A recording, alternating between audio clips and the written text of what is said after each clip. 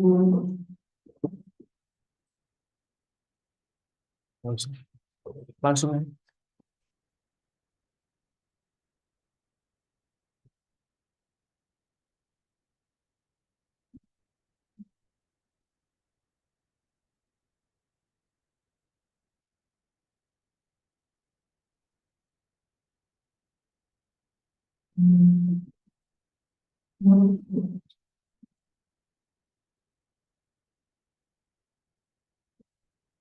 Baik, bismillahirrahmanirrahim. Assalamualaikum warahmatullahi wabarakatuh. Selamat pagi rekan-rekan sekalian, salam Om Swastiastu, Namo Buddhaya, salam kebajikan, salam untuk kita semua. Tapi dan tetap semangat rekan-rekan yang mengikuti pertemuan paralegal pada hari kedua hari ini, di mana hari ini kita akan membahas mengenai topik yang sangat menarik, yakni struktur masyarakat.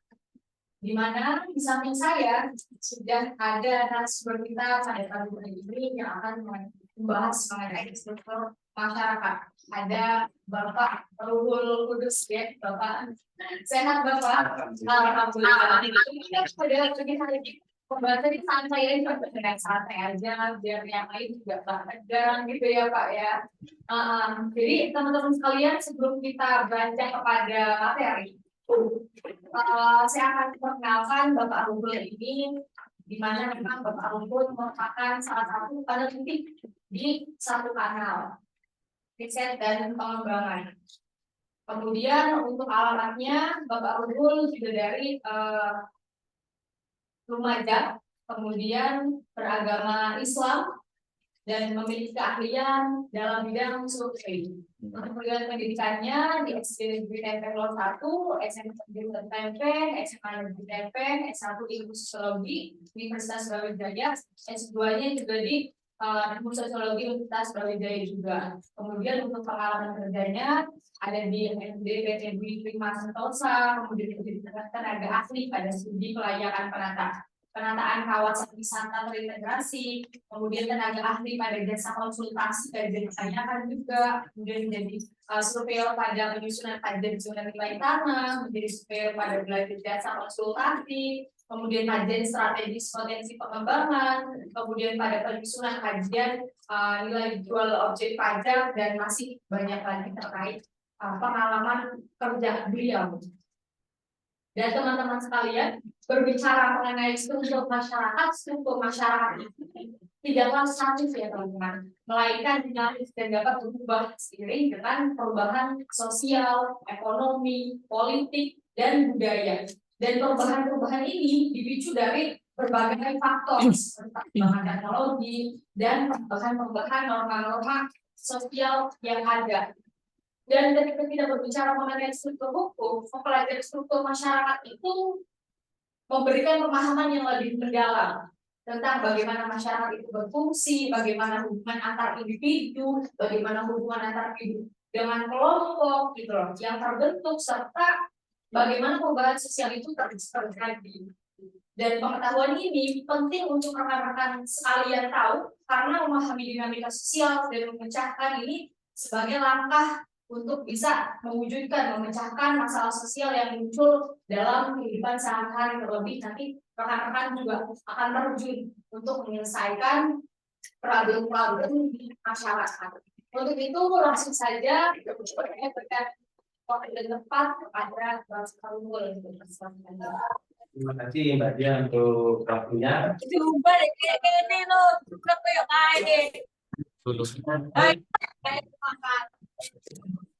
Teman-teman, terima kasih semuanya. Terima kasih juga sudah hadir untuk kegiatan pendidikan dan pelatihan paralegal. Di sini kita akan membahas topik yang mungkin dekat juga dengan teman-teman, topik yang ringan juga untuk mengawali pagi ini.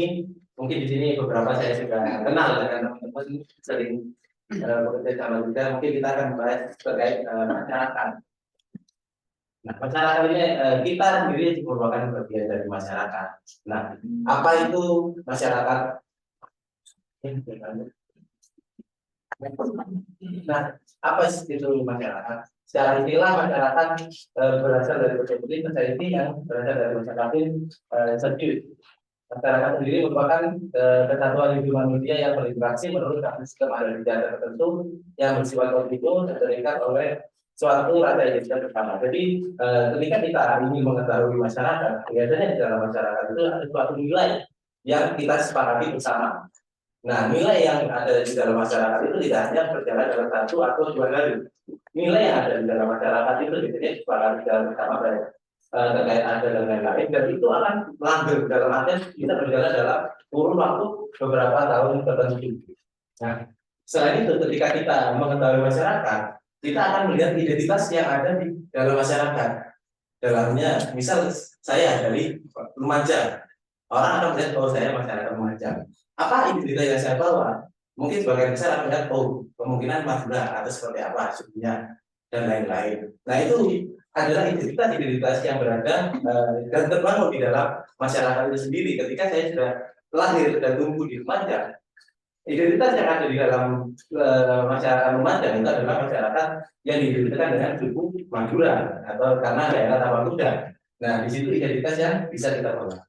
Menurut Pak Iqbal Davis, masyarakat adalah suatu sistem dari kebiasaan, tata cara, wewenang dan kerjasama antara berbagai kelompok, golongan dan pengawasan tidak langsung serta kebiasaan-kebiasaan manusia. Jadi yang ada di dalam masyarakat itu tidak muncul dari satu orang, tapi berdasarkan pada apa yang berada bersama, dimiliki bersama dan disepakati bersama oleh individu-individu yang menjadi satu dalam kelompok tersebut. Sedangkan menurut saya dulu di masyarakat merupakan suatu kenyataan yang objektif secara mandiri bebas individu yang merupakan anggotanya. Seperti halnya tadi di masyarakat kenyataannya secara objektif yang dibangun menyeluruh oleh orang yang tinggal dalam kelompok tersebut. Di masyarakat sendiri kita mengetahui jika kita belajar beberapa ilmu sosiologi sebelumnya, mungkin di SMA juga pernah dikenalkan terkait Indonesia merupakan negara yang masyarakatnya majemuk karena Indonesia memiliki berbagai suku, ras, agama. Nah ini yang menyebabkan bahwa Indonesia menjadi negara yang memiliki masyarakat majemuk. Nah di lain hal untuk masyarakat sendiri beberapa menyebutkan dibagikan menjadi masyarakat desa dan juga masyarakat kota. Next. Nah, untuk masyarakat desa apa? Secara pemaknaan masyarakat desa itu bisa diartikan sebagai masyarakat yang memiliki hubungan yang lebih mendalam dan erat sistem kehidupan umumnya berkelompok dengan dasar kekeluargaan. Masyarakat desa dan masyarakat kota itu tentunya memiliki karakteristik yang berbeda. Nah, dari hal ini maka ada perbedaan antara masyarakat desa dan juga masyarakat kota. Di masyarakat desa karakteristik yang dibawakan lebih kepada rasa kekeluargaan. Jika kita mungkin di sini teman-teman ada yang berasal dari desa, nah tidak asing kalau di desa itu biasanya dalam satu daerah di rumah biasanya itu satu keluarga. Nah biasanya sudah berjalan, oh ini keluarganya ini, oh masih saudara ternyata. Bahkan yang sampai beda desa atau mungkin beda dusun, biasanya masih sepupu, oh ternyata keluarga dari kakek ini punya ini. Nah keluarga di desa itu lebih memiliki hubungan seperti itu. Nah next. Untuk karakteristik masyarakat desa turunnya. Nah ini beberapa karakteristik masyarakat desa memiliki hubungan yang lebih erat, sistem kehidupan umumnya berkelompok dengan desa kekeluargaan, sebagai desa hidupnya berasal dari pertanian, masyarakat homogen. Nah masyarakat desa homogenitas yang ada di desa ini yang sangat umum biasanya kita lihat seperti pekerjaan. Kalau kita melihat masyarakat desa mungkin yang lebih mendalam biasanya memiliki jenis pekerjaan yang sama sebagai petani atau peternak ikan atau apa, nah itu biasanya memiliki kesamaan dan agamanya pun mayoritas biasanya memiliki agama yang sama. Karena jenis mereka Islam mungkin karena berdasarkan dari kehidupan mereka yang kekeluargaan. Adat yang dimiliki juga sama, nilai-nilai adat yang disetujui, nilai-nilai sosial yang disetujui biasanya juga sama. Nah, beda halnya dengan masyarakat kota. Nah, menurut masyarakat kota adalah sebuah kesatuan kehidupan manusia yang beritanda dengan hadirnya kepadatan penduduk yang sangat tinggi serta ditandai dengan adanya strata ekonomi yang heterogen secara materialistik. Nah, masyarakat kota ini umumnya lebih heterogen daripada masyarakat desa, utamanya dalam bidang ekonomi. jenis pekerjaan yang ada di masyarakat kota ini memiliki jenis pekerjaan yang lebih sama, yang lebih banyak daripada masyarakat yang ada di desa. Sedangkan menurut saya, kota adalah sebuah wilayah atau daerah di mana penduduk dari wilayah tersebut mayoritas bisa memenuhi semua kebutuhan ekonomi masyarakat.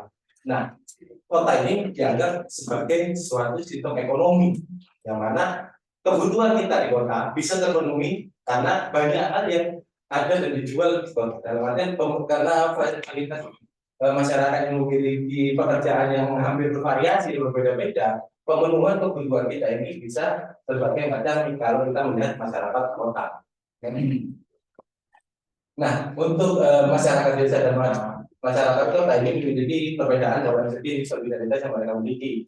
Mungkin kalau ini berdasarkan dari Muslim ada pembagian terkait solidaritas mekanik dan solidaritas organik, yang mana solidaritas mekanik ini lebih mengarah pada masyarakat desa yang pada umumnya berbagai terkendala karena mereka memiliki kebutuhan yang sama, kesadaran kolektifnya yang kuat, jadi mereka itu satu desa itu biasanya memiliki hubungan-hubungan yang sangat erat karena berdasarkan hubungan kekeluargaan dan saling ketergantungannya itu relatif rendah dan hukumnya lebih rendah di masyarakat desa. Karena apalagi ada seseorang yang menyalahi aturan atau menyalahi norma sosial yang ada di dalam masyarakat, maka akan ada penekanan-penekanan lebih mendalam ketika itu berada di masyarakat desa.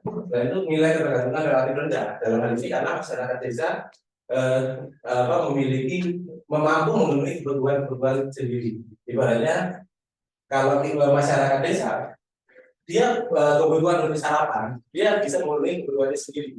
Jadi dia untuk mengalami aktivitas yang pagi sebelum bekerja, mereka akan memenuhi kebutuhannya dengan sarapan. Oh ya, udah saya masak sendiri, saya masak dan lain-lain. Sedangkan bedanya dengan masyarakat kota, saling ketergantungannya tinggi karena banyak spesialisasi di dalam masyarakat kota. Dalam artian kayak kita berada di Kota Malang, mau kuliah atau mau kerja, sarapan kita tidak sempat untuk membuat sendiri atau seperti apa, sehingga kita ketergantungan pada toko-toko dan lain-lain sebagainya. Dalam halnya mungkin banyak cerita seperti kalau kita melihat di media sosial orang Jakarta ketika orang-orang yang jualan-jualan makanan itu pada mudik kembali ke desa, mereka kan juga bingung mau cari makanan di mana. Nah, itu mungkin jadi karakteristik antara perbedaan masyarakat desa dan kota. Tapi antara masyarakat desa dan kota saat ini mulai muncul kelompok baru, yaitu kelompok urban. Dalam artian mereka tinggal dan hidup di desa, namun pekerjaan mereka itu lebih banyak di kota. Jadi mereka itu adalah masyarakat yang tinggal di tepian-tepian kota, sehingga dia memiliki mobilitas yang cukup tinggi juga untuk pergi ke kota atau tapi tinggalnya tetap di desa. Dan untuk dikatakan desa pun mereka pekerjaannya juga mulai bervariasi dan sama seperti di bidang pertanian saja atau di perikanan perkebunan saja, tapi mereka juga memiliki variasi-variasi lainnya. Nah, antara masyarakat desa dan kota saat ini juga kita melihat adanya digitalisasi dan globalisasi media membuat pandangan kita terkait masyarakat desa dan kota ini mulai bias. Masyarakat desa sekarang juga sudah memiliki gawai, sudah memiliki internet, sehingga mereka bisa melihat berbagai hal aktivitas tidak terbatas pada lingkup kondisi mereka di lingkungannya tersebut. Jadi ketika kita mengatakan orang desa itu memiliki kepedulian yang lebih tinggi, apakah saat ini masih terbukti atau tidak? Apakah orang desa itu memiliki nilai religius lebih tinggi? Nah, apakah hal ini sekarang tidak terbukti atau tidak? Karena dengan adanya media sosial, orang desa pun sekarang banyak yang berpenampilan bahkan melebihi orang kota. Nah, atau pemikirannya bisa melebihi orang kota. Nah, ini mungkin di bahasan selanjutnya terkait masyarakat digital. Nah, di sini terkait masyarakat digital merupakan masyarakat yang mana dalam mitra masyarakat digital itu masyarakat yang mereka membutuhkan sistem informasi dan komunikasi, yang mana hidupnya sekarang bergantung pada teknologi dan teknologi dalam komunikasi yang dilakukan.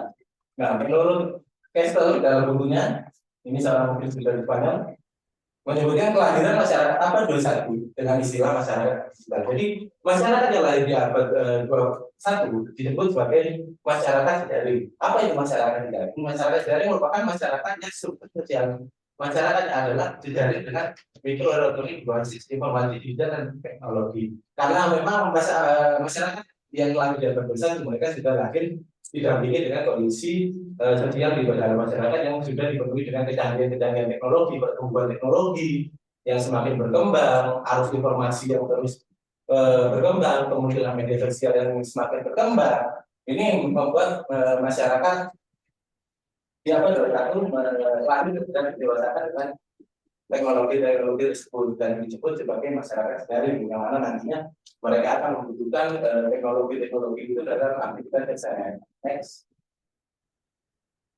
Kelebihan masyarakat digital, dengan adanya digitalisasi dalam masyarakat digital itu sendiri, yang kita mungkin juga merasakan juga sebagai masyarakat terkait manfaat dari digitalisasi ini, terkait adanya tempat yang luas semakin luas, terus komunikasi jarak jauhnya itu semakin lancar. Jadi para pejuang GN itu lebih mudah mereka berkomunikasi dengan pacarnya, beda halnya dengan dulu yang harus menunggu surat 1 bulan. Nah, sekarang kan 1 menit ya baru saja cari-cari kesalahannya seperti apa kan prinsipnya seperti itu. Nah, komunikasi harus dilakukan. Terus kemudian dalam menyebar mencari informasi muncul berbagai macam jenis pekerjaan. Nah, adanya digitalisasi ini yang saya sebutkan sebagai kenapa tadi antara desa dan kota itu menjadi bias. Nah, digitalisasi ini yang sekarang merata desa, sekarang juga banyak muncul desa digital, bisa apa? Nah, sedangkan kan di desa muncul juga berbagai jenis pekerjaan baru, apalagi sekarang banyak pekerjaan yang bisa dilakukan secara WFH, dalam artian kota terdapat pekerjaan yang bisa dilakukan oleh masyarakat desa juga. Jadi mereka tidak perlu ke kantor, dia cukup meminta gawai atau laptop yang mereka miliki. Next. Nah, kekurangan masyarakat digital, adanya digitalisasi dan kemudahan ini, interaksi jarak dekat ini sangat berpengaruh. Dalam artian kita asik SMS, chattingan, WA, Twitteran, Instagraman dengan orang yang jauh, kita komunikasi dengan orang jauh. Kadang tanpa kita sadari kita tidak memperhatikan orang-orang yang dekat sama kita. Kalau teman-teman mungkin yang sering ngopi, mungkin juga menyadari kalau sedang ngopi kadang asik chattingan sama orang lain, orangnya di sini, pikirannya di sana, ya kan?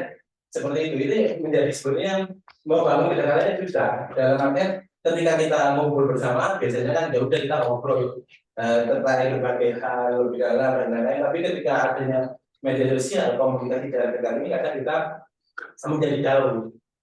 Kalau kita ngobrol tapi teman-temannya WA, tapi kadang kita merasa ini ya sih, ini kan juga muncul konflik sebenarnya, terus kemunculan sifat adiktif terhadap media sosial dan game. Nah ini mungkin nggak tahu di teman-teman ada yang merasakan atau enggak dengan kemunculan masyarakat digital, game semakin banyak, media sosial semakin banyak, ada yang 24/7 scroll Twitter, 24/7 scroll Instagram, 24/7 lihat TikTok dapat berhenti.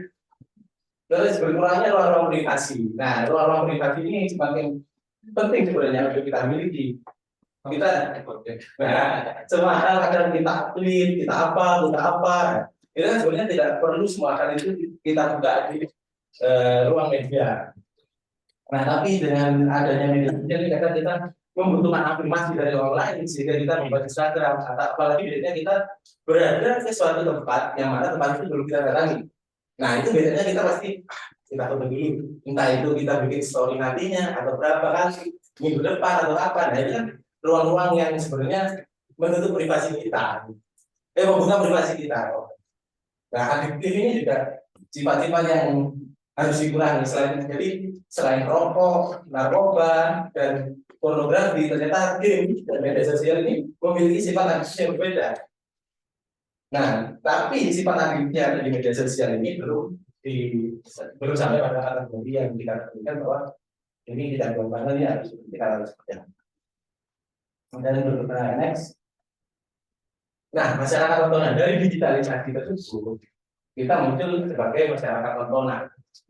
Masyarakat tontonan menurut Default. Era masyarakat tontonan ditandai dengan kondisi ketika orang-orang itu berlomba mempresentasikan diri ke berbagai media terutama media. Nah ini mungkin kondisi-kondisi yang banyak kita temui saat ini, di mana hampir di semua sosial media kita bisa melihat bagaimana orang berlomba-lomba untuk merepresentasikan diri. Ketika kita di Instagram kita berlomba-lomba mencari foto terbaik untuk kita representasikan. Terus ketika kita di Twitter, kita mencoba merefleksikan diri kita, apakah kita menjadi orang yang sangat pintar atau seperti apa dengan membuat naskah-naskah wacana-wacana untuk disampaikan di Twitter. Nah, ini kondisi-kondisi yang terjadi sehingga kondisi terjadi masyarakat orang waktu itu tampilan yang berupaya melakukan identifikasi relasi sosial dari seluruh aspek kehidupan manusia. Jadi dari aspek-aspek kehidupan yang politik ini mereka itu mencoba melakukan identifikasi pada diri mereka, terus ditampilkan melalui relasi sosial yang ada di media sosialnya. Dan dalam masyarakat tontonan kehidupan bertransformasi menjadi representasi salinan dari representasi menjadi sebuah realitas. Jadi dalam masyarakat tontonan adalah kita berlomba adalah merepresentasikan diri kita. Dan representasi diri kita yang ada di dalam media sosial itu dianggap sebagai realita. Misal kita biasanya kehidupan kita sehari-hari cuma di kuliah. Nah, tapi ketika kita pergi berklub atau apa, mungkin kita sekali di sana karena kita sekali akhirnya kita merepresentasikan di sana, kita bikin story saya. Pada akhirnya kita menjadikan hari ini ternyata itu klub atau mungkin kita biasanya cuma liburan terus sekali kita berangkat ke kajian musik atau apa kita mungkin kita bikin story selama 1 minggu atau 2 minggu. Nah, ini bisa menjadi suatu realitas sebagai realitas. Jadi kita merepresentasikan diri kita orang yang suka datang ke acara pengajian, ke acara dakwahnya bersidang. Berarti orang ini NU atau apa. Nah, ini yang nantinya bahwa apa yang kita tampilkan di media sosial itu menjadi realitas yang kita miliki. Nah, orang ini padahal belum tentu apa yang kita tampilkan di dalam media sosial itu adalah realitas yang kita miliki. Dan kan menekankan kehidupan bisa menekankan bahwa spektakel ternyata bukanlah kumpulan citra-citra atau imajian, tapi merupakan suatu relasi sosial antara orang-orang yang di media sosial melalui kita itu sendiri. Next. Nah, kekurangan dari masyarakat kita ini dengan terpengaruh kemudian Nah, dalam ini terkait masyarakat tontonan itu sendiri ada suatu penelitian yang telah dilakukan oleh Indonesia UGM terkait foto diri, representasi identitas dan masyarakat tontonan di media sosial Instagram. Ini jurnal 2016.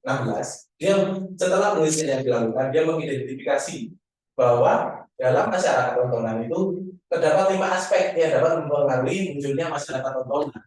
Pertama, kebebasan menciptakan identitas melalui citra visual. Jadi dengan adanya media sosial yang memberikan kita ruang untuk merepresentasikan diri kita, jadi kita memiliki kebebasan, kita ingin tampil seperti apa dan sebagaimana. Kalau di lingkungan biasa kalau mungkin tidak bisa malah representasi diri kita kan terbatasi. Dalam artian ketika saya ingin menggunakan celana pendek atau menggunakan kaos untuk keluar dan lain-lain, saya akan dibatasi, nggak boleh baru pakai ini celana panjang aja dan lain-lain. Tapi dengan adanya kebebasan yang ditawarkan oleh media sosial, nah ini menciptakan di dalam citra itu. Jadi kita menciptakan keleluasaan dalam menciptakan citra kita untuk dikenal oleh masyarakat itu seperti apa. Terus berbeda tuh nih budaya kolektif melawan harus sama. Adanya pemikiran di dalam masyarakat terkait menjadi berbeda itu menjadi aspek yang bisa mendorong kita menjadi masyarakat tontonan. Dalam artian kita akan mencoba mengapresiasikan diri kita, menunjukkan diri kita, mencerahkan diri kita menjadi tokoh yang berbeda. Misalnya foto di toilet. Nah itu kan sebenarnya sebelumnya belum pernah terjadi. Foto di tempat yang bagus dan lain-lain. Tapi ada orang yang mencoba melawan hal itu sehingga dia memilih foto di tengah toilet atau di apa. Nah ini saling berkaitan. Ketika itu dua hal ini terjadi, empati itu apa? Like dan komen sebagai kontrol sosial. Like dan komen ini jadi aspek yang sebenarnya mempengaruhi juga pada masyarakat tontonan. Dalam artian ketika dia menjadi melawan hal berbeda, dia mendapatkan like yang banyak di luar ekspektasi mereka mungkin, atau mendapatkan komen-komen positif atau pujian dan lain-lain. Nah itu membuat mereka lebih suka untuk tampil. Nah kenikmatan semu, buaya like dan komen positif. Nah di sini dari kita kan masih berbagi mungkin salah satu ada yang menjadi selebgram atau apa, atau mungkin di sisi lain ada yang dari kita juga memposting hal sebagainya. Jumlahnya kadang mempengaruhi pada psikis seseorang. Nah, di beberapa masyarakat lokal itu mereka terus melakukan foto seperti itu dan lain-lain, terus mengupload foto karena jumlah like yang dia dapatkan itu melebihi ekspektasi dia. Dia merasa, oh ternyata ada like itu dianggap sebagai penyukaan. Kan kadang kita nggak sadar kalau kita tahu itu apa kan sebenarnya nggak sadar. Tapi bagi orang lain, kadang like itu menjadi suatu ujian bagi dia. Oh ternyata banyak yang suka sama foto yang saya ambil. Oh ternyata banyak yang suka dengan karya saya. Misal kita memfoto pemandangan, kita upload kadang kan bisa nge-like aja, tapi kan di sisi penerima bagi masyarakat tontonan ini mereka kok, wih banyak yang juga sama hasil karya saya, banyak yang juga sama saya, banyak yang juga nggak dapat saya. Nah ini buaya-buaya yang muncul di dalam masyarakat tontonan. Nah, selain itu mereka konten positif, apalagi komen-komen positif yang muncul, nah itu kan akhirnya wah ujian terus kita akan ujian terus. Nah, siapa baru dari menonton, bisa mengumpulkan like dan komen sebagainya. Nah, ketika mereka sudah tidak dibuat like dan komen, maka mereka akan bersaing dalam merebut hati penonton. Dalam artian mereka akan berusaha mencari konten-konten terkait mereka, terkait mereka. Next. Nah, di dalam resiko dengan adanya masyarakat tontonan ini tentunya akan memunculkan resiko baru di dalam masyarakat. Resiko apa sih yang nantinya akan muncul di dalam masyarakat? Yang pertama terkait sanksi sosial. Ketika kita menjadi masyarakat tontonan, sanksi sosial itu akan menyampaikan kepada siapa saja, tidak memandang apakah dia anak politisi atau dia anak orang kaya atau siapa. Ketika dia membuat konten yang tidak sesuai dengan apa yang diimani atau dipercayai, maka kita akan berdasarkan sanksi sosial. Dilaporkan pada aparat hukum. Ini misal beberapa konten-konten kan sekarang banyak yang dilaporkan, misal ada konten terkait penistaan agama, konten-konten yang mencoba melawan arus sehingga misalkan agama dan lain-lain. Nah ini bisa dilaporkan risiko yang bisa terjadi kepada kita beberapa masyarakat yang menerima risiko. Nah ini semua masyarakat tidak membatasi apakah dia atau dia Jokowi atau siapa itu bisa terkait itu. Terus konsumsi informasi palsu. Nah ini yang serisiko yang sering terjadi pada masyarakat tontonan. Misalnya kenapa masyarakat gampang termakan hoax, terus gampang tertipu. Ada ya kan ada saya dalam sendiri dengan terjebak di Indonesia, tolong jangan percaya. Nah itu kan contoh informasi-informasi palsu, kadang masyarakat tidak menyadari itu, masyarakat tontonan tidak menyadari itu. Mereka kalau itu karena dia melihat tokoh yang sangat next.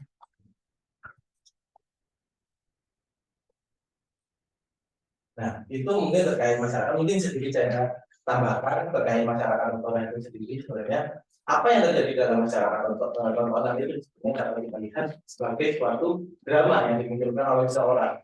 Ketika kita mengetahui teori dramaturgi, maka apa yang direpresentasikan oleh seseorang kadang tidak sama apa dengan apa yang terjadi sebenarnya.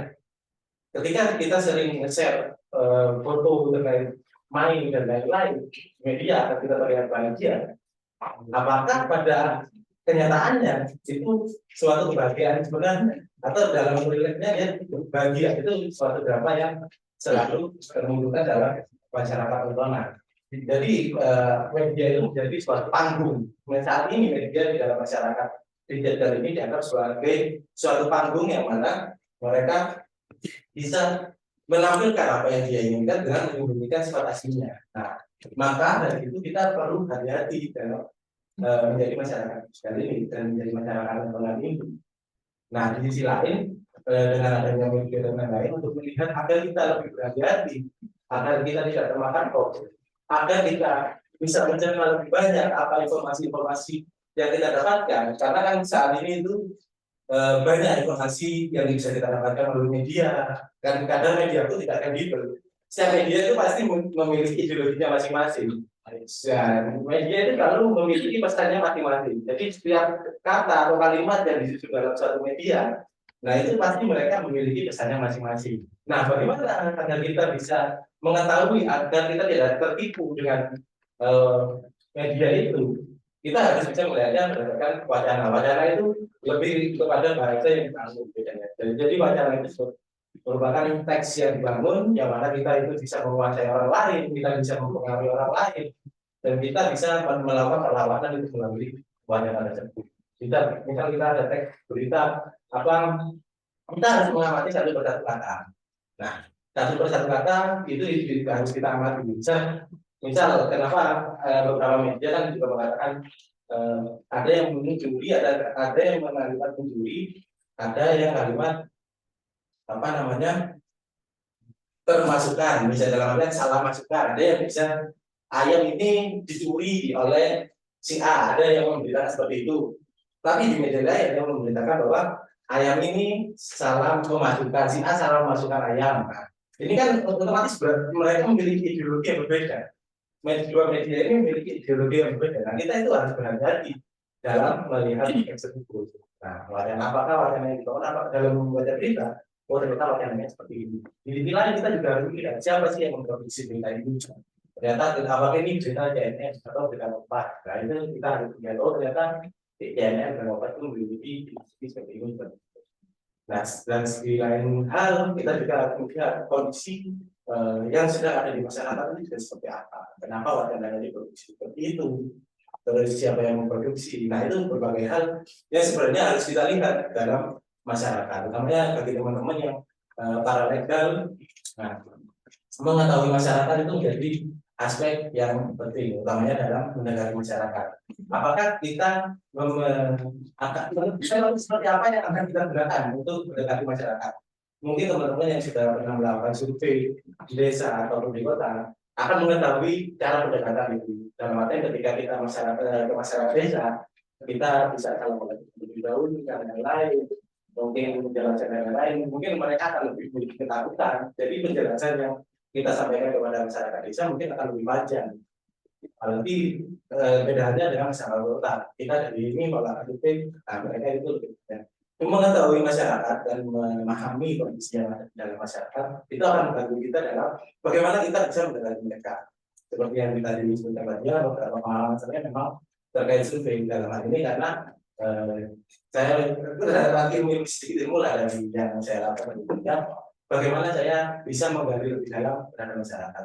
Ketika kita berbicara dengan masyarakat desa, otomatis kita tidak bisa menggunakan bahasa-bahasa yang terlalu tinggi.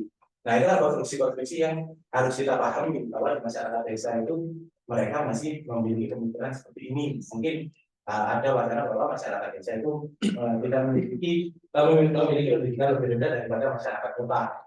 Nah, itu beberapa kondisi-kondisi yang kenapa kita perlu memahami masyarakat. Namanya sebagai para legal, ketika teman-teman memiliki penanganan kasus di desa, maka teman-teman harus memiliki pendekatan-pendekatan yang berbeda. Dalam hal ini mungkin ada kaitannya dengan bagaimana kita harus mengetahui habitus yang dimiliki oleh seseorang. Habitus itu lebih kepada lebih kepada kebiasaan. Nah, habitus ini memiliki keterkaitan sama ranah. Ranah mungkin bahasa kita bisa pahami sebagai lingkungan. Nah, untuk mengetahui mendekati masyarakat, kita harus mengetahui habit-habit yang ada yang dimiliki. Ketika kita mengetahui habit tersebut, kita bisa melihat, oh, habit itu bisa dilihat dari kita mengetahui latar belakang. Oh, dia latar belakangnya orang ini. Oh, mungkin habit seorang ini, kebiasaan-kebiasaan yang dimiliki orang ini dari ini. Nah, itu bisa menjadi kacamata-kacamata yang membantu teman-teman dalam melihat bagaimana sih dalam penanganan untuk beberapa kasus. Mungkin sebenarnya aku dengan kerja ya, untuk bekerja dengan teman sendiri. Ketika kita memiliki teman yang punya pendidikan atau ya kita melihat, oh dia nyebelin dan kita tidak bisa langsung mendeskripsikan dia nyebelin karena kita tidak tahu ranah yang terjadi pada masa lalunya dia itu seperti apa. Dia tuh sudah besar di lingkungannya seperti apa itu dia tidak tahu. Kadang ada yang orang kok keras banget, nggak apa ada sebelumnya dia suka ngomong tas udah khusus ngomongnya nakal dan lain-lain. Karena mereka itu sudah berkembang dari lingkungan atau ranah yang kasar atau berbeda dengan kita. Mungkin kita berasal ranah ini caranya bukan hanya satu desa, ranah yang itu adalah banyak. Nah, kita bisa melihat dalam hal seperti itu. Jadi kenapa kasus ini terjadi seperti ini? Oh, ternyata belakangnya itu dia dan rumah seperti ini. Mungkin bapaknya kenapa masyarakat ini pada dirinya ternyata selama proses dia bekerja lingkungannya kayaknya itu seperti ini sehingga nah ini akan membantu teman-teman dalam pendekatan teman-teman dalam melihat masalah-masalah yang ada di bangsa. Mungkin itu saja yang bisa saya sampaikan. Terima kasih. Sebenarnya menarik ya Pak, yang tadi yang Mas sampaikan beberapa jenis dalam masyarakat, ada masyarakat desa, ada masyarakat kota, ada masyarakat digital, ada masyarakat tontonan gitu. Yang sebetulnya memang kita hidup di dalam suatu masyarakat yang memang beragam gitu kan, jenis masyarakatnya. Dan pada akhirnya kita harus bisa melakukan sebuah penyesuaian gitu Pak. Namun bagaimana Pak? Bagaimana kita bisa untuk mengatasi, untuk saling mengkompromi di dalam suatu masyarakat itu dengan keanekaragaman jenis-jenis masyarakat tersebut gitu. Karena kan pasti akan menimbulkan suatu konflik, pasti akan menimbulkan suatu kesenjangan sosial, dan akarnya kan sebenarnya nggak hanya pada akar kesenjangan sosial saja, tapi bisa berdampak juga kepada kesenjangan ekonomi. Bagaimana? Oke, terkait ini permasalahan-permasalahan terkait kesenjangan yang terjadi. Ini kembali ya, seperti yang sempat saya call terakhir terkait bagaimana kita memahami habitus yang dimiliki oleh seseorang. Mungkin tidak semua dari kita bisa memiliki waktu untuk memahami, tapi setidaknya kita memiliki waktu untuk melihat latar belakang mereka dalam artian di mana mereka, lingkungan mereka berada. Ketika kita berada dalam suatu kelompok, apalagi kita dalam masyarakat kota, kalau kita dalam satu masyarakat kota, kita dalam satu forum ini deh. Nah, emasnya hambanya mungkin memiliki latar belakang yang berbeda, entah itu latar belakang daerah atau latar belakang keluarga. Kalau orang pasti berbeda juga. Nah, anggaplah kita melihat dari daerahnya dulu sebelum kita mengetahui latar belakang dari keluarganya. Misal banyak pasien dari mana? Kalimantan Timur banyak. Nah, dari mana? Otomatis cara mereka berbicara, cara bercanda mereka ini kan kondisi yang berbeda, apalagi kondisi ekonomi juga berbeda. Nah, banyak dan banyak harus memikirkan, oh orang Kalimantan Timur itu biasanya memiliki sifat-sifat seperti apa sih, orang Malang itu biasanya memiliki sifat seperti apa sih. Ketika kita bisa memahami kondisi-kondisi tersebut, toleransi atau mungkin nilai kita saling kesenjangan nilai kita untuk memahami masing-masing itu akan menjadi lebih tinggi. Sebenarnya dari ini Pak, dari memang berbagai perbedaan ya Pak, yang memang terjadi di suatu masyarakat, pas itu berbeda dari segi nilainya, budayanya gitu Pak, yang menjadi satu. Sebetulnya apa sih Pak satu hal atau satu aspek yang paling mendasar ini dari perubahan sosial ini? Banyak sebenarnya yang akan mengalami perubahan sosial di dalam masyarakat. Perubahan sosial kan ini selalu berkembang berdasarkan individu masing-masing sebenarnya. Ketika kita ngomong perubahan dalam masyarakat adalah hal apa sih yang dilakukan di dalam masyarakat. Intinya seperti itu. Mungkin bisa saja itu muncul dari satu orang, bisa juga muncul dari banyak orang. Dalam artian perubahan yang terjadi di dalam masyarakat kita juga bisa terlepas dari kondisi yang sedang terjadi, apalagi dengan masyarakat seperti ini ya. Ketika kita anggaplah satu desa, setengah desanya juga melek teknologi dan mereka memiliki produksi yang sama terkait pandangan mereka terkait usaha bekerja atau terkait fashion lah, seperti itu. Jadi misal dalam satu desa setengah masyarakatnya telah berkuliahkan atau seperti apa dan menerima ilmu di kota, sehingga mereka banyak akan menjadi penampilan yang berbeda. Nah, ketika ini mulai dilihat oleh orang lain, kan juga bisa berpengaruh sebenarnya. Nah, ini pola-pola yang sebenarnya bisa mempengaruhi perubahan-perubahan yang terjadi di dalam masyarakat itu sendiri. Nah, perubahan, misalnya masyarakat itu berubah bergantung pada apa yang mereka lihat dan apa yang mereka terima. Seperti itu. Kadang mereka berubah karena mereka setuju atau mungkin hal itu disetujui oleh masyarakat yang lebih luas.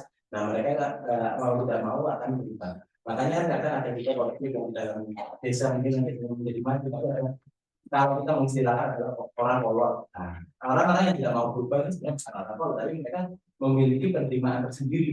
Sedangkan kadang kan orang itu juga, ayo kamu harus menerima perubahan dan lain-lain. Nah, itu kan kadang-kadang orang yang mencegah nilai tersebut. Nah, untuk nilai perubahan sendiri, mereka melihat sesuatu hal yang baru. Oh ternyata hal dan tercermin dalam pemikiran mereka bahwa oh hal ini ternyata berjalan lebih efektif. Hal ini sebetulnya berjalan lebih baik dengan maksud dan tujuan masing-masing. Nah ini hal-hal yang dapat berpengaruh pada perubahan sosial yang ada di dalam masyarakat. Ya, betul menarik juga ya Pak, kita berbicara mengenai makan di beberapa yang ada di masyarakat. Tapi memang satu isu yang dari dulu sampai sekarang gitu masih seksi untuk dibahas itu terkait adanya gender, isu gender. Ini sebenarnya menarik ya Pak, isu gender ini bisa dikaitkan dari berbagai aspek gitu, mulai dari pekerjaan, bagaimana dengan strata sosial, bagaimana nanti peran-perannya gitu, itu kan sebenarnya seksi banget ya. Nah, di desa itu apakah memang masih tertanam satu isu ketimpangan sosial yang harus mengharuskan laki-laki yang memegang peranan paling tinggi, potensial paling paruh gitu. Apakah memang di masyarakat desa itu masih tertanam? Oke, terkait masalah gender sebenarnya kalau kita melihat secara sosial ada banyak hal yang dapat kita amati. Dan apakah di desa patriarki itu tinggi? Apakah patriarki sendiri kalau kita lihat kita emang sebenarnya bukan budaya yang dimiliki oleh masyarakat Jawa pada dasarnya kalau kita membaca beberapa hal referensi kalau saya salah. Nah, isu terkait gender ini kan juga dibawa karena kolonialisme. Isu itu terkait gender ini.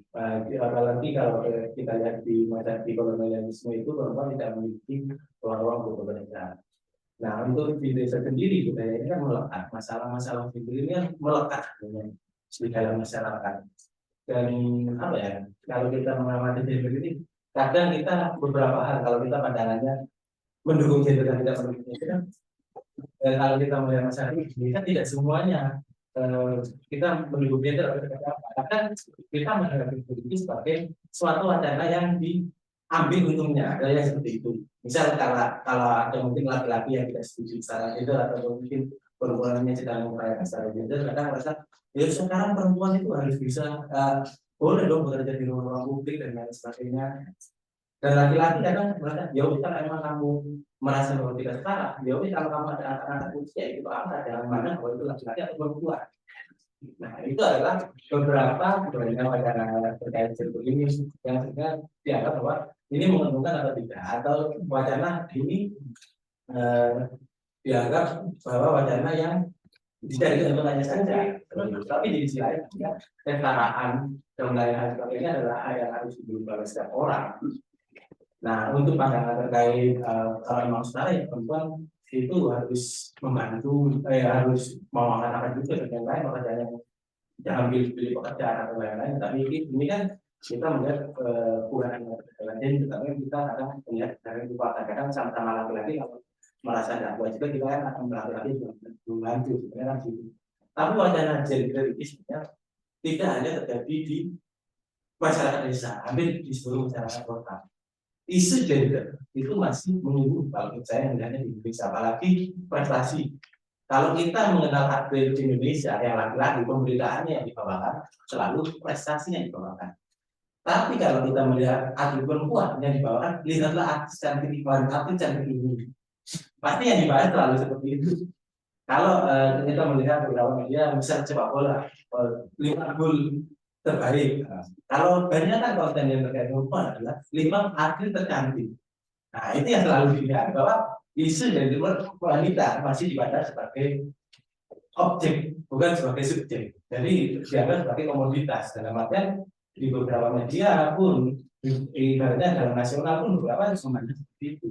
Ibaratnya kayak 5, kalau kita membahas terkait 5 pemain terbaik di dunia, maka tidak akan terlepas dari 5 pasangan tercantik pemain sepak bola di dunia. Nah, itu hal-hal seperti itu menurut gender permasalahan gender ini masih sangat melekat di Indonesia. Mungkin entah ini sebenarnya apakah ini berasal dari pemikiran atau yang terbentuk dari laki-laki itu sendiri ya, atau mungkin ini masih menjadi topik yang selalu diminati oleh laki-laki. Nah, yang sampai saat ini sudah diperjuangkan adalah karena permasalahan gender ini yang perlu itu adalah konstruksi pemikiran dari mereka yang selalu membuat terkait yang selalu menganggap perempuan itu hanya sebagai objek saja, tidak pernah menganggap perempuan sebagai sesuatu. Mungkin seperti itu juga kalau saya mengapa terkait permasalahan gender. Menarik ya. Monggo kepada teman-teman yang ingin memberi, ya boleh. Perkenalkan namanya. Assalamualaikum warahmatullahi wabarakatuh. Selamat pagi, teman-teman, Pak Rul. Sebelum mengutarakan pertanyaan saya izin mengambil waktunya sebentar. Pertama-tama saya mau menyampaikan mohon maaf sebesar-besarnya karena kesalahan saya di kelas tidak menyampaikan informasi yang seharusnya saya sampaikan kemarin. Maka dari itu saya melihat ada beberapa teman saya belum menyelesaikan tugas Zoom dan juga ada yang tidak kompak menggunakan batik. Jadi saya merasa itu karena kesalahan saya, jadi mohon maaf. Lalu yang kedua adalah tadi saya di WA grup, jadi saya himbau kepada teman-teman tolong kartu pesertanya gunakan selama penyampaian namanya. Lalu yang ketiga, langsung di pertanyaan saya, baru-baru ini nggak cuma di UPI saja, di Universitas lain juga lagi panas-panasnya soal fenomena KIP kuliah. Nah, seperti yang kita tahu garis besarnya adalah KIP kuliah ini tidak mengenai sasaran yang diharapkan. Maksudnya, jika kita lihat bertanya bahwa para penerima KIP kuliah itu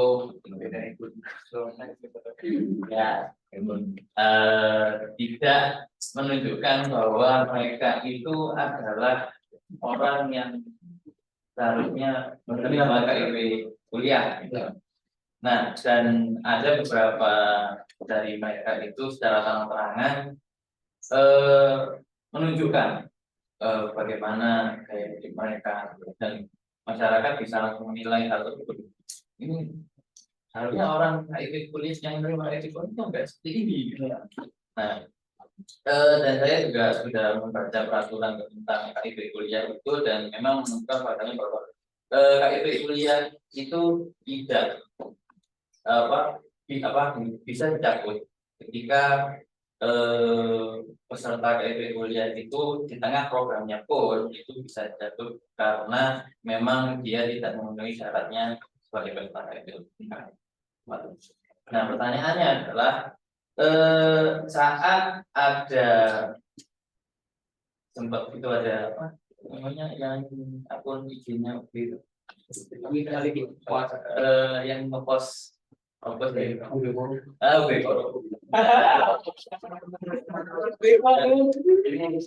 Ini aman kan ya, Mas? Tidak disayangkan. Enggak, saya ini enggak mau spill, cuma gini.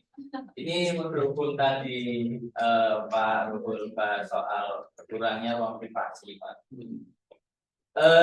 Saat ada akun tersebut yang nge-spill IG-nya masalah kayak begini itu, mereka peserta-peserta tersebut itu melayangkan bahwa ini dapat tergugat di akun IG. Ini dapat tergugat karena ini melanggar penyebaran informasi pribadi. Nah, tapi mengetahuinya bahwa IG ini ada yang menyatakan bahwa IG ini sebenarnya kan media sosial untuk konsumsi publik. Jadi IG ini bukanlah sebuah informasi pribadi lagi, karena itu sudah bisa dilihat secara publik. Nah, langsung saja. Jadi bagaimana pandangan Bapak sebagai tenaga sosial melihat mengapa masyarakat itu bisa melihat Instagram, media sosial sebagai informasi pribadi, sedangkan faktanya di lapangan bahwa media sosial itu adalah untuk konsumsi publik, seperti itu. Nah, lalu juga menurut pandangan Bapak, apakah tindakan yang dilayangkan oleh Bepor tersebut men-spill media sosial tersebut itu apakah bisa benar-benar digugat memang bisa dinyatakan sebagai pelanggaran melakukan penyebaran informasi pribadi. Mengingat selangkah tadi dalam media sosial. Bisa dipahami kan? Bisa. Mohon maaf. Nggak apa-apa. Oke. Terima kasih. Assalamualaikum warahmatullahi wabarakatuh. Oke, mungkin lah saya tanggapi tadi mungkin terkait pertama terkait kalau saya tangkap kan terkait penggunaan pandangan saya terkait sama orang-orang yang pada Indonesia tapi mengatakan oleh cuma divaksin. Dan yang kedua, apa yang dilakukan oleh individu itu adalah suatu tindakan yang dibenarkan atau harus dulu seperti itu. Nah, ketika kita melihat kenapa sekarang muncul di masyarakat menganggap apa media sosial itu menjadi ranah privasi. Nah, ini kan sebenarnya pemikiran-pemikiran yang mulai muncul di masyarakat. Sebab kita kan kalau kita lihat Twitter kan aku butuh second untuk menjaga privasiku. Sedangkan mereka kita membuatnya di media sosial, ya kan? Ini sisi alter pula ya, itu ya kita akan kita. Nah di media sosial itu mungkin ada bangunan yang terjadi di dalam masyarakat dalam artian ketika kita memilih teman untuk di follow atau memfollow, nah itu biasanya akan ada kata-kata. Kalau kamu temanku, kalau kita kenal kita sampai ketemu, mungkin macam-macam ngobrol, oke saya dulu kita ngobrol. Kita malah bahwa yang tak boleh itu teman-teman itu semua. Yang mungkin ini balik lagi ya, melihat apakah izinnya itu dibuat atau tidak.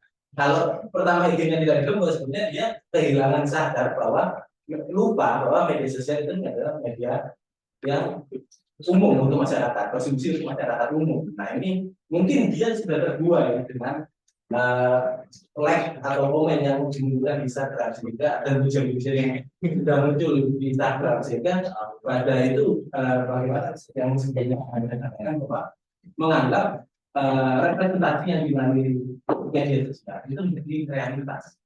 Jadi dia merasa bahwa kehidupannya di media sosial itu menjadi suatu realitas sehingga dia memilah teman dan menganggap bahwa ini loh komunikasi yang saya gunakan. Sebenarnya untuk komunikasi yang lebih mendalam atau intens bisa melalui aplikasi chat seperti dan lain-lain.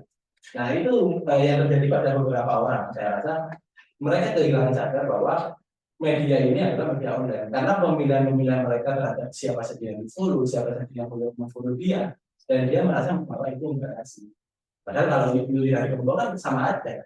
Mungkin karena idenya sebenarnya bukan saya ya, dia merasa bahwa sekarang kan kalau media sosial ada kastanya, ada yang influencer, ada yang masyarakat biasa, sekarang kan mungkin seperti itu juga. Nah, ini mungkin yang terjadi di pada individu yang merasa bahwa media sosial adalah media privasi. Nah, mereka lupa bahwa media sosial itu tetap umum karena kedekatan follower atau yang di-follow itu adalah orang-orang yang merasa dekat atau mungkin itu posisinya saja. Dia menganggap bahwa itu ruang privasi atau mungkin malah mereka memilih ruang privasinya itu pindah ruang privasi. Jadi ketika mereka sudah ketagihan di media sosial, bahwa kadang ada orang yang merasa nyaman berada di dalam kamar, ngapain berada di kamar, main komputer, main game, mungkin dia merasa lebih nyaman ketika berada dan lebih aman ketika berada di media sosial. Nah sehingga dia merasa, oh ini loh tempatku untuk upload, oh ini tempatku untuk menyampaikan harga ini menjadi ruang mereka. Ini tempat aspirasi itu tempat apa dan itu mungkin menganggap yang dikonklusi di pikiran mereka ini kembali lagi kepada pemikiran masing-masing. Kalau kawan saya bahwa itu adalah yang terbentuk pada dari individu kayak media sosial. Lantas apakah itu bisa dilakukan? Nah ini kan kembali lagi pada aturan yang termuat sebenarnya ketika apakah ini bisa dihukum atau dimuat kembali lagi ke undang-undang ID yang mana kita banyak sekali sekarang terjerat undang-undang ID dan lain-lain. Kalau secara pandangan sosial sebenarnya apakah media juga menyimpan informasi dari media sosial ini suatu pembongkaran privasi dan lain-lain? Selama kita mengambilnya dari media sosial itu bukan pembongkaran privasi, dia sudah menunjukkan di kalangan. Dia sudah menunjukkan segalanya di layar umum. Apanya yang privasi ya seperti itu. Kalau kita menyebutkan KTP, mungkin saja itu privasi. Nah, itu kan kotek-kotek yang pemilihan pribadi ya. Mungkin dia menyebutkan apa tentang tingkah laku yang tidak pernah disebutkan kesempatan. Selama itu sudah muncul di media sosial, saya rasa itu menjadi saya rasa bahwa itu sudah ada di pikiran mereka bahwa hal ini aman loh untuk dikonsumsi oleh banyak orang. Hal ini tidak masalah loh untuk dikonsumsi banyak orang. Nah, itu seperti itu. Dan menurut saya bahwa ketika korum itu mengambil selama itu tidak spill alamat atau apa tentang keluarga dan lain-lain dan tidak mengambil data-data yang tidak pernah dia sebarkan. Nah itu saya rasa tidak masalah. Itu kan menjadi dipidanakan karena ada apa ya kayak gerakan untuk menyuarakan masyarakat akan menjalankan atau segala itu kan sebagai bentuk defensif sebenarnya ketika kita merasa tidak nyaman akan suatu hal kan kita akan mencari cara untuk defensif terhadap permasalahan itu mungkin itu mas. Baik, terima kasih Pak. Panitianya masuk. Akhirnya saya lebih jelas dari pada kesempatan ini materinya sangat menarik Pak. Memang pada akhirnya kalau kita kita akan ditawarkan dengan kondisi struktur masyarakat tersebut. Nah, tapi saya pada saat Bapak menyampaikan beberapa penyampaian, saya mendapatkan dua contoh yang berbeda dan perspektif masyarakat yang berbeda. Yang pertama adalah bicara masalah adiktif tadi. Sebenarnya adiktif ini kan bicara masalah kecanduan. Iya. Kecanduan yang kemungkinan besar itu bisa menjadi hyper atau yang sangat berlebihan. Nah, pada kondisi ini kita tahu bahwa biasanya pelarian dari anak-anak siswa ataupun mahasiswa pada saat kita kembali dengan mengulik sistem pendidikan kita hari ini yang dulunya misalkan 13 hari ini dengan kurikulum kampus merdeka dan sebagainya, kita dihantamkan dengan bagaimana otak kita bekerja keras dengan situasi yang tidak memungkinkan kita lakukan. Dan pada akhirnya pelarian dari seseorang atau siswa atau mahasiswa akhirnya ke media sosial dan game dan sebagainya. Nah, pada kasus contoh lain misalnya kita melihat bahwa struktur masyarakat hari ini terjadi pergejolakan yang memang perubahan sosial akhirnya menuju ke atas. Contoh, bagaimana kita melihat politik identitas atau politik ketokohan yang ada di masyarakat hari ini. Nah, dalam sistem-sistem ini kita melihat bagaimana bahwa masyarakat kita itu bukanlah orang yang rendah akan keinginan tahuan keponya gitu loh bahasa. Jadi masyarakat kita adalah orang yang memang konsumsi publik ya. Dia terima mentah-mentah dan sebagainya. Dan terakhirnya kita melihat misalnya pilkada 2017, terus di pilpres 2019 sampai dengan pilpres 2024 yang kemarin, itu bagaimana kita melihat struktur masyarakat gonjang-ganjing dalam sebagainya, bagaimana isu agama, isu dan sebagainya, infrastruktur dan sebagainya. Nah, dari dua kasus ini tadi, yang saya tanyakan adalah sebenarnya bagaimana posisi paralegal dalam menghadapi dua kasus ini. Kita tahu bahwa dalam penanganan kita ada upaya pencegahan, preventif dan upaya represif. Bagaimana kita menyelesaikan permasalahan. Nah, kira-kira pada saat kita bicara paralegal, kondisi dihadapkan dengan struktur masyarakat yang dibuat ini, dua kondisi yang berbeda dengan kondisi sama-sama perubahan yang begitu sulit untuk kita hancurkan. Kira-kira paralegal ini upaya preventifnya apa, upaya represifnya apa untuk menyelesaikan perubahan sosial di masyarakat dan menghindarkan kesenjangan dan sebagainya. Mungkin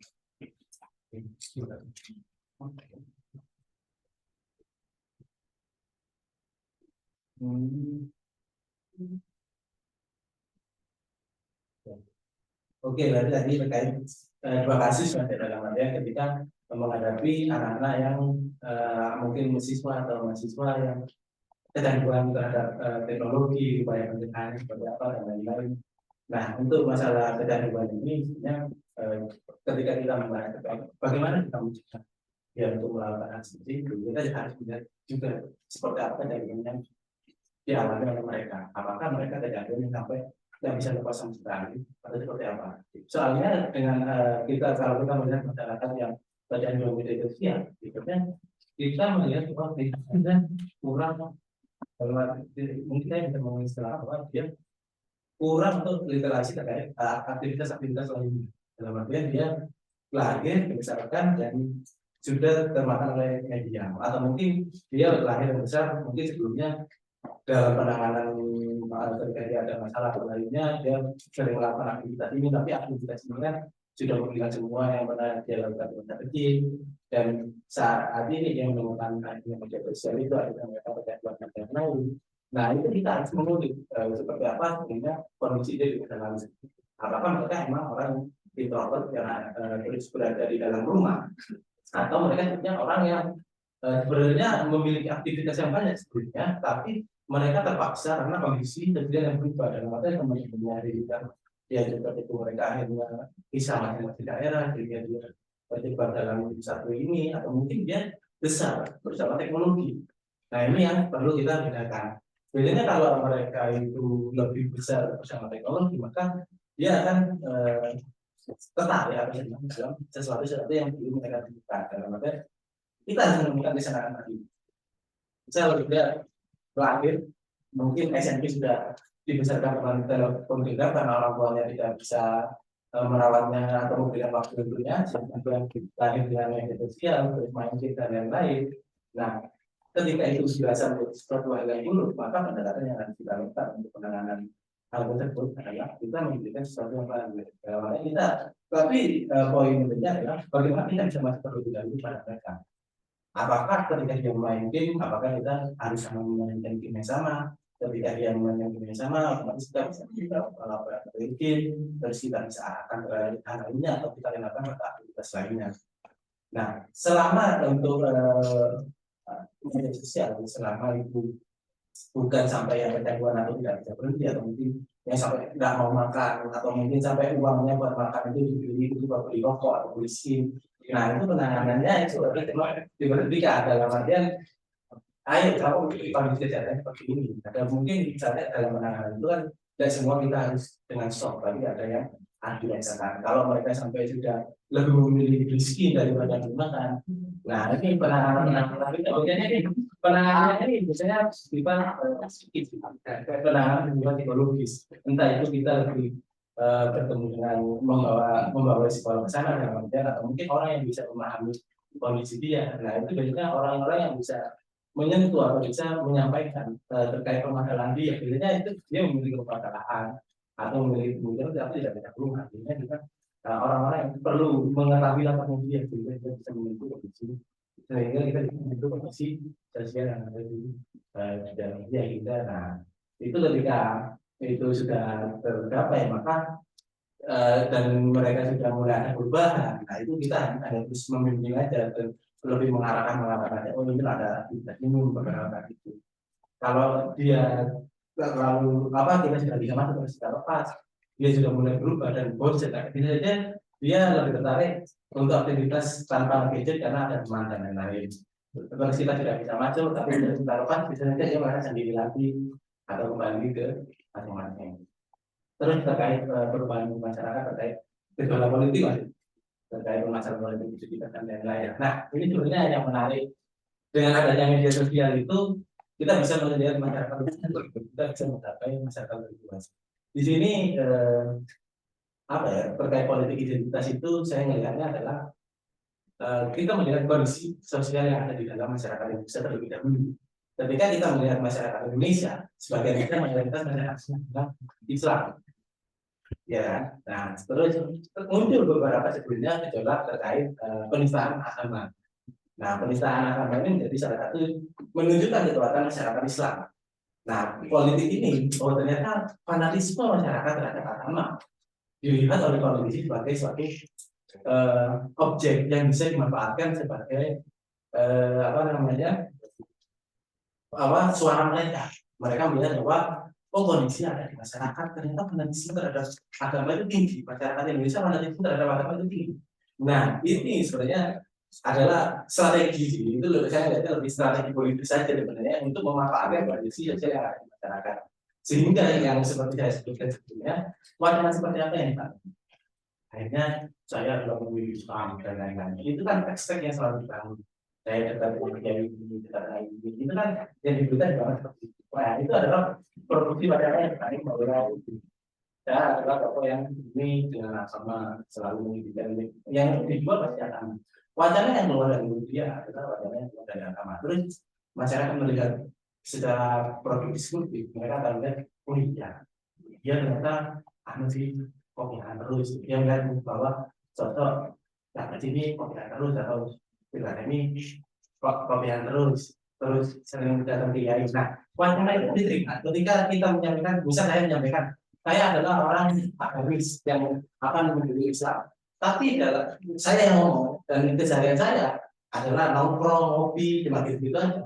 Orang tidak akan menerima, pasti masyarakat tidak akan menerima. Tapi ketika yang menyampaikan mewacanakan seperti itu, saya ke kiai imam sholat, terus masuk dalam iklan wudhu atau apa.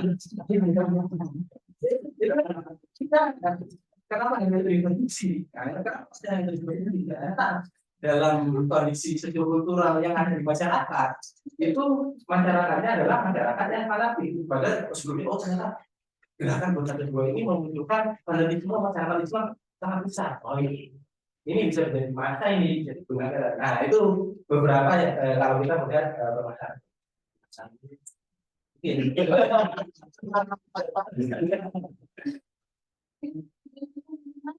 Oke, mungkin Mas.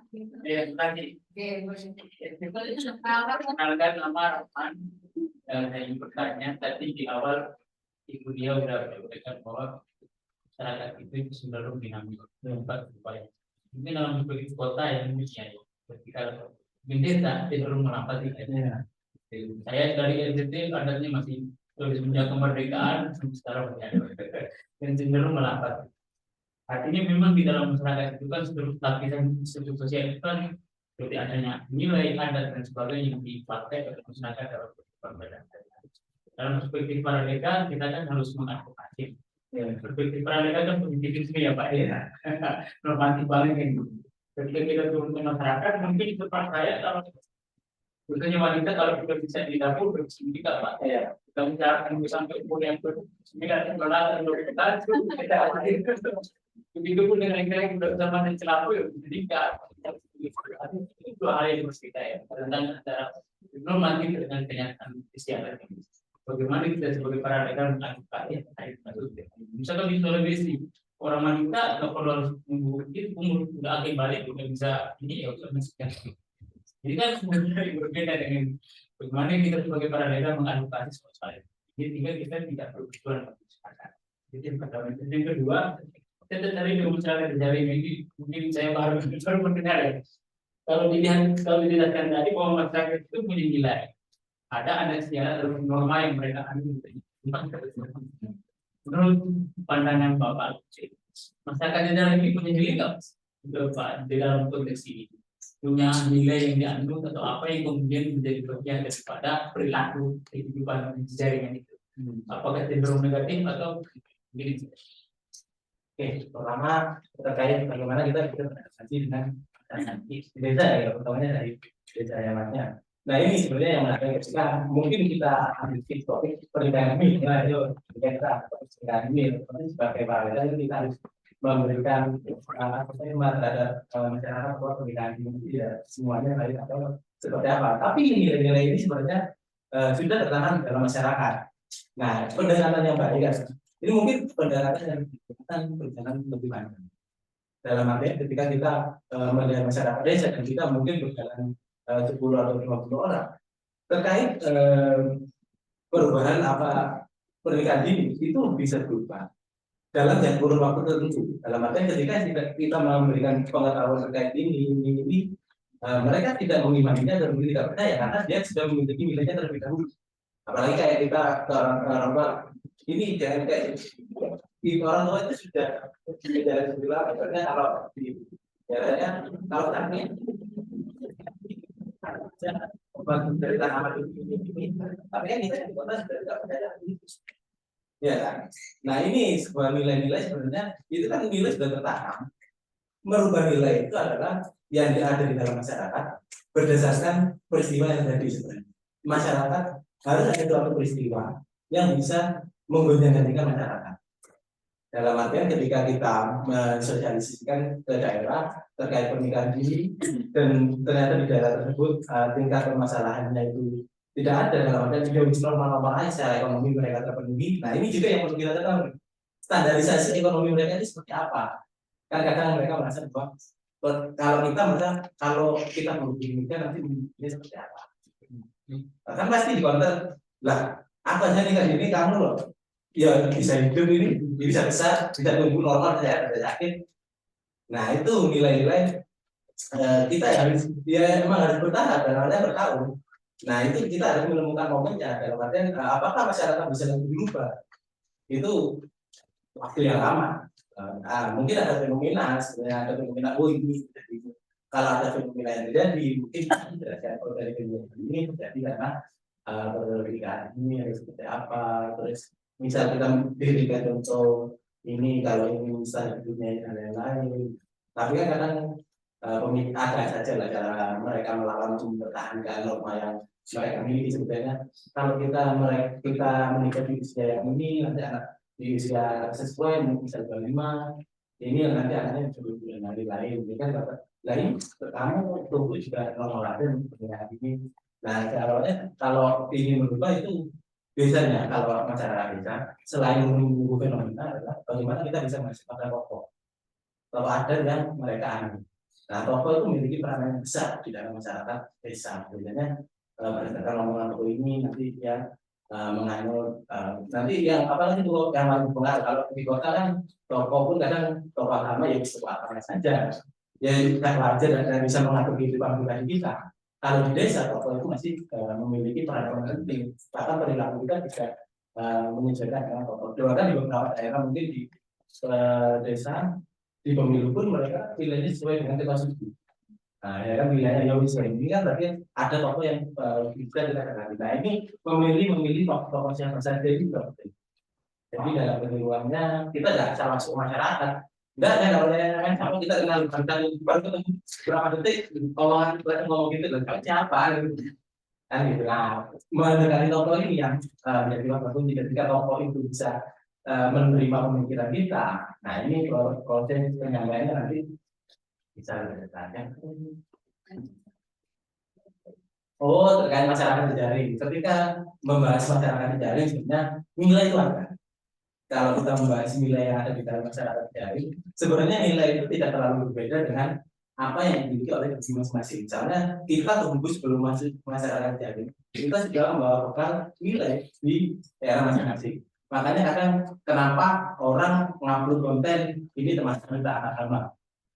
Padahal ketika dia ngobrol di lingkungannya sendiri, ini bukan menista agama. Nah, itu kan nilai-nilai yang sebenarnya dimiliki. Sebenarnya kan makanya nilai-nilai itu apakah lebih besar nilai penerimaannya atau nilai penolakannya.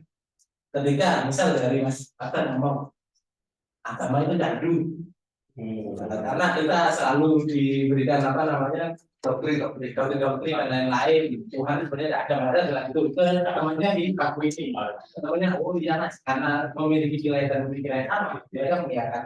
Ketika sampai melalui media sosial satu tiga batu itu menolak, tidak ada yang gitu. Tapi ketika mengatakan nilai dari itu sama, itu terkadang mayoritas pemain dari kita berbeda. Selanjutnya, ya Mas ya, Terima kasih atas kesempatannya. Mohon izin Pak Texas. Menarik ya kan, karena biasanya kalau kita bicara tentang struktur masyarakat atau kalau kita cari bacaan itu tentang struktur masyarakat itu yang keluar itu selalu seperti Marx yang ada dengan kelas masyarakatnya, masyarakat atas, masyarakat borjuis dan proletar, masyarakat atas bawah, sampai bagaimana apa terjadi pertarungan antar kelas ya. Dan di materi ini yang disuguhkan adalah terkait sosiologi ataupun dari perspektif sosiologi masyarakat kontemporer karena ada yang lebih digital sampai masyarakat jejaring dan seperti itu. Nah, pertanyaan saya karena menurut saya itu sesuatu hal ataupun ilmu yang baru. Kalau di masyarakat struktur masyarakat yang kelas masyarakat seperti yang dilakukan oleh Karl Marx ataupun yang ada masyarakat kelas bawah itu kan pasti terjadi pertentangan antar kelas. Lalu terjadi pertentangan antar kelas bahkan sampai ada yang mengatakan tidak ada pihak yang netral atau pihak yang di tengah karena pihak yang netral di tengah pasti akan membela yang kelas atas. Nah, di struktur masyarakat yang jenengan bawakan ini kan ada masyarakat desa, dan yang utama yang saya garis bawahi adalah masyarakat desa dan masyarakat kota. Yang mana itu pun nanti kita sebagai para lektor juga akan bertemu ataupun secara tidak langsung juga berkecimpung dengan dua struktur masyarakat ini. Nah, pertanyaannya ini, apakah ada kesenjangan ataupun pertarungan antar kelas antar struktur masyarakat dari masyarakat desa dan masyarakat kota, dan apabila ada, itu bagaimana cara kita itu istilahnya memihak ataupun bahkan menengahi dan melihat perspektifnya itu sebagai paragraf, sebagai insan atau advokat atau advokatif itu kita untuk menyelesaikan permasalahan itu seperti apa? Terkait pertarungan kelas dan kondisi kita dalam menghadapi pertarungan kelas itu seperti apa?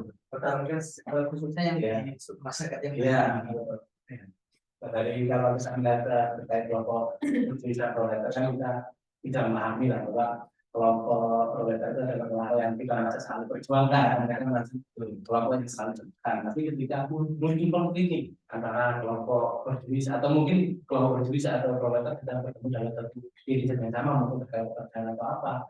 Nah, posisi para itu seperti apa sih sebenarnya dalam menghadapi ini? Nah, kita sebagai para kan otomatis datang pada masyarakat atau mungkin masyarakat itu, ketika kita mengenal masyarakat itu kan proletar berjuis. Kita kalau kita mencoba posisi netral itu hanya bisa berada dalam diri kita sendiri. Dalam artian kita tidak akan bisa menjadi netral di mata orang lain. Nah, kita itu akan berangkat berdasarkan pada ilmu pengetahuan yang kita miliki. Sebagai para lektor kan kita akan memiliki ilmu pengetahuan berdasarkan nilai hukum dan lain-lain. Nah, sebagai para lektor, nilai-nilai hukum yang Anda ketahui, yang Anda pegang dan Anda percaya, itu yang harus Anda pegang betul. Dan jangan pernah mengharapkan bahwa Anda akan merasa netral. Dan ketika itu ada suatu permasalahan, maka Anda harus nggak boleh memihak, tapi Anda harus berdasarkan pada aturan yang sudah ada. Dalam ketika Anda sudah memiliki aturan yang sudah ada, ketika kasus ini sebenarnya memang yang salah adalah masyarakat proletar. Nggak bisa Anda menggunakan belas kasihan Anda untuk memperjuangkan mereka, tapi Anda harus melihat secara hukum benar-benar seperti itu. Meskipun nantinya akan muncul dalam pemikiran masyarakat hal ini disokong, hal ini dibayar. Nah, Anda sebagaimana mungkin Anda bisa melihat itu, atau mungkin Anda kasus ini menguntungkan bagi sedang hukum lebih berpihak kepada atau yang benar itu adalah masyarakat proletar. Nah, Anda harus menyesuaikan itu meskipun nantinya pada masyarakat masyarakatnya nanti ini pasti dari kumpulan mereka sendiri. Pasti juga atau apa sebagainya. Nah, posisi para lektor adalah ketika kita mengatur semacam mungkin menyelesaikan konflik. Nah, ketika kita melihat konflik ini posisi karena kita ingin hukum, maka posisi kita sebagai memahami dan percaya pada nilai yang kita miliki itu yang paling penting. Kita harus memisahkan nilai perjuangan di dalam masyarakat, apalagi kita masyarakat teman-teman sekalian adalah para lektor yang utamanya mungkin memacu masyarakat proletar atau masyarakat yang kurang mampu sebagaimana, dan di lainnya kita masih memiliki nilai kemanusiaan yang mana kita akan mengupayakan yang terkait dengan masyarakat, tapi yang paling tidak ngelongsan menang. Tapi di sisi lain kita harus memiliki satu nilai yang bisa kita pegang. Dalam artian kita harus netral di pikiran kita sendiri. Kita tidak boleh mencari celah untuk mendukung atau mencari kesalahan ketika mati, itu dengan sesuaikan ketentuan norma pengaturan yang ada. Terus untuk yang pertentangan antara masyarakat desa dan masyarakat kota itu ada nggak? Kalau pertentangan antara masyarakat desa dan kota itu ada, dalam artian mungkin lebih kepada pandangannya. Dalam artian ketika kita melihat masyarakat desa dan masyarakat kota, mereka pasti memiliki nilai-nilai yang berbeda. Nah, pertentangan yang bisa terjadi antara masyarakat desa dan kota adalah ketika kita melihat situasi yang sama, dalam artian ketika Mas siapa Mas Haidar mungkin asli mana? Asli juga ada. Mungkin Mas Haidar di Sidoarjo tinggal di Jakarta dan memiliki keluarga di sana. Anggaplah mungkin ini pertentangan masyarakat desa dan kota yang sederhana ya, dalam keluarga kan juga bisa dikatakan sebagai pertentangan nilai yang dimiliki oleh Mas Haidar dalam menjadi masyarakat kota dari berada di Jakarta dalam jangka waktu yang lama, otomatis akan berbeda dengan nilai yang ada di desa. Misalnya dalam Indonesia saja, ketika masyarakat sudah menerima nilai-nilai kota, kalau yang ini kan nggak ada di penanggal dan lain-lain, ini adalah suatu pertentangan yang simpel dan artinya pertentangan antara masyarakat desa dan kota itu selalu ada dalam artian pekerjaan dan lain sebagainya itu karena mereka memiliki latar belakang yang pada akhirnya berbeda, lingkungan ranah mereka itu akhirnya berbeda, sehingga mereka memiliki pandangan masing-masing. Soalnya dalam bekerja menjadi brand ambassador, kalau kita melihatnya hal yang biasa, foto-foto, perempuan-perempuan, foto dan lain-lain. Kalau harus pakai harus make upan dan lain-lain, orang bisa bilang apanya sih harus make upan seperti itu? Awalnya yang kadang-kadang itu kita khususnya. Itu kan juga pertentangan yang berbeda. Jadi kan pertentangan yang muncul dari pemikiran yang dimiliki oleh masing-masing masyarakat. Itu mas. Jadi kalau pertentangan luas itu meskipun di apa ada muncul struktur masyarakat baru, ya ini pasar itu tetap cukup berbeda. Itu tidak bisa dihindarkan. Pertentangan itu selalu ada karena itu kita lahir dan bisa dengan nilai yang kita miliki. Nah, atau nilai-nilai yang kita pahami itu atau kita percaya itu yang bisa mempengaruhi pada apa itu. Ya. Ya, monggo Mas di depannya. Kalau saya izin Pak Guru tanya, bagaimana cara menggali informasi yang efektif pada masyarakat kota dan desa, karena kan tidak terlibat. Itu bagaimana cara yang efektif untuk menggali informasi Terkait apa dulu ini informasi? terkait permasalahan-permasalahan yang tadi. Oke, sebenarnya kalau kita ingin menggali informasi atau informasi lainnya ya tentang masyarakat kota dalam metode kita itu sebenarnya ada satu teknik observasi. Sebelum kita melakukan penelitian, kita tentunya akan melakukan observasi terlebih dahulu. Apabila kita ingin melakukan penelitian di desa A tentang COVID atau apa penanganan COVID. Nah, nanti kita akan melakukan observasi itu seperti apa? Kita mungkin datang ke satu tempat, warung, seperti apa. Nah, itu kita perlu mencari. Kalau pencarian informasinya itu harus apa? Metodenya adalah observasi. Ketika kita melakukan observasi, mungkin pendekatan untuk masuk informasi yang lebih dalam itu pentingnya. Kalau kita masyarakat desa, maka observasi terus dilihat kita apakah mereka lebih ada kemampuan di masyarakat. Yang rata-rata di masyarakat desa kan adanya kemampuan. Nah, kalau kita ke masyarakat kota, kita akan melihat apakah mereka lebih individu atau lain sebagainya. Tapi lain hal kita akan masuk ke tetap ke toko salah satu mungkin itu kita lebih detail kondisi masyarakatnya seperti apa. Apakah masyarakat di kota tersebut cuek atau lain sebagainya. Lalu kita pemetaannya mungkin yang berbeda. Kalau kita di desa mungkin kita bisa lebih dalam. Oh, ini keterwakilan, biasanya keterwakilan. Informasinya dari kepala desa yang punya keterwakilan. Tapi kalau di kota, kalau kita ingin apa yang terjadi di masyarakat, ini bisa saja nggak jadi RT. Tapi kalau kita ingin mengetahui lebih dalam, biasanya kita memetakan lebih dalam dulu kondisi yang berada seperti apa. Kalau kita masih ada apa? Jadi itu. Monggo Mas yang di belakang. Iya. Ditanya kami monggo terus nama saya Agung Dilaksono, saya dari Universitas Mereka Malang. Berkaitan dengan teori sosiologi yang dengan apa tadi, sebenarnya kalau di dalam perkembangan mazhab hukum di Indonesia kan di Indonesia sendiri itu terbelah menjadi dua mazhab hukum. Yang pertama adalah mereka yang beraliran positivisme yang sangat dipengaruhi dengan peraturan perundang-undangan, dan mereka yang bermazhab sosiologikal jurisprudens dengan tokoh yang sangat terkenal yaitu Profesor Dr. Satito Rajo dengan teori hukumnya hukum progresif, yang mana beliau selalu mengkritisi bahwasanya hukum itu tidak hanya selalu dipandang dari segi peraturan perundang-undangan, tapi juga ada sisi-sisi lain yang harus kita gali lebih dalam agar hukum yang bisa kita ciptakan itu dapat diterima oleh masyarakat. Nah, berkaitan dengan teori-teori tersebut, beliau itu mengatakan di berbagai buku-bukunya, misalnya hukum dan perubahan sosial, hukum dan masyarakat, agar para ahli hukum itu memperhatikan struktur sosial di masyarakat dalam pembuatan hukum. Nah, berkaca dalam hal tersebut, di dalam bukunya Profesor Edi Arif, beliau selalu mengatakan bahwa hukum itu dapat dikatakan berfungsi dengan baik apabila berfungsi secara tiga hal. Yang pertama, berfungsi secara filosofis, artinya hukum tersebut dapat mewujudkan cita hukum yang ada di masyarakat. Kedua, hukum tersebut berfungsi secara sosiologis, artinya hukum tersebut dapat diterima oleh masyarakat. Dan ketiga adalah hukum tersebut dapat berfungsi secara juridis, artinya hukum tersebut memang dibuat oleh pejabat yang berwenang. Nah, di slide yang pertama tadi kan sempat disinggung dengan teorinya Emil Durkheim, yaitu masyarakat dibagi menjadi dua golongan. Yang pertama adalah masyarakat dengan golongan solidaritas mekanik dan solidaritas organik. Nah, saya pernah melakukan sebuah observasi pribadi ini Mas berkaitan dengan pembacaan buku. Saya memang betul-betul melihat satu perbedaan yang besar di tengah masyarakat kita ketika saya menyusuri daerah-daerah Malang Tengah Timur. Itu memang di sana itu memang masyarakatnya sangat tradisional, agak terbatas sedikit ada yang modern dan ada yang tradisional. Dan kalau saya ke masyarakat perkotaan itu memang sudah modern, cenderung individualis, dan mereka itu lebih heterogen. Terkait dengan beberapa struktur masyarakat kita yang berbeda-beda, saya di sini bertanya sebagai seorang ahli hukum, bagaimana cara ahli hukum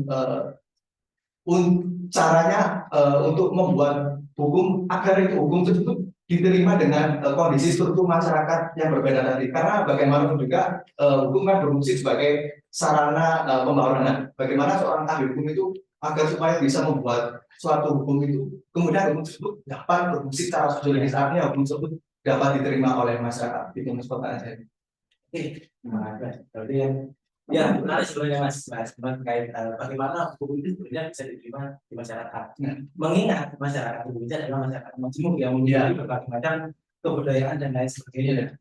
Nah, ketika kita membahas hukum ini dalam artian hukum perundang-undangan dan peraturan daerah, nah maka yang sebenarnya harus kita lihat adalah pertama, kalau kita mengusulkan hukum, ya harus kita melihat kondisi masyarakat seperti apa. Tapi bagaimana ketika masyarakat ini menjadi siapa yang harus kita untungkan? Nah, ini ketika kita harus menerima semua aspirasi masyarakat, itu akan berbeda. Akan susah ketika saya juga sempat kepikiran ketika beberapa hal yang diajak untuk menyusun peraturan daerah atau mungkin membaca terkait peraturan perundang-undangan, apakah aturan ini sebenarnya mensepakati masyarakat yang mana? Apakah mereka melihat masyarakat itu secara cukup? Makanya kalau kita melihat sistem di Indonesia, peraturannya kan rata-rata dari undang-undang, maka diturunkan berdasarkan per PP, per JP, dimulai pada daerah-daerah. Nah, di daerah-daerah pun sebenarnya kan berbeda lagi. Di satu daerah ada beberapa suku. Sedangkan kita harus melakukan pelayanan seperti itu. Nah, di sini saya memiliki pandangan bahwa aturan yang mungkin bisa diatur adalah pengaturan umum.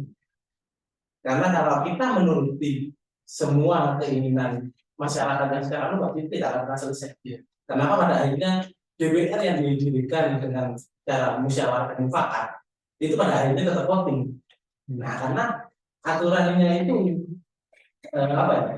ketika kita menerima aspirasinya itu yang mematurannya itu bisa, karena bisa saja aspirasi itu bertolak belakang. Nah, ini yang sebenarnya perlu kita pelajari. Nah, terus sebagai pemerintah daerah kita harus berpihak kepada siapa, kelompok mana yang kita utamakan. Nah, ini masih apa ya? Saya memandangnya masih 50-50. Apakah ketika kita memandang dan mengutamakan kelompok marginal atau terpinggirkan atau kelompok desa, apakah kelompok-kelompok kota ini bisa menerima hal tersebut? Sedangkan di sisi lain kita sebagai pemerintah daerah kan juga membutuhkan kelompok pemilik modal untuk bisa masuk ke mereka. Sedangkan mereka kan memiliki kepentingan masing-masing. Nah, ini sebenarnya masih menjadi dikotomi juga di dalam pikiran saya. Apakah aturan itu bisa benar-benar menyenangkan semua orang? Nah, itu yang masih menjadi pemikiran saja dalam artian seperti apa sih sebenarnya aturan yang bisa diterima itu. Nah, makanya kalau saya melihat anggaplah kita sedang mendirikan aturan terkait penyiaran publik lokal.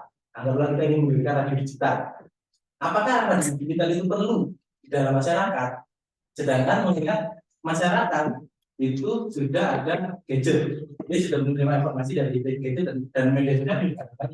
Terus apakah radio itu tetap diperlukan?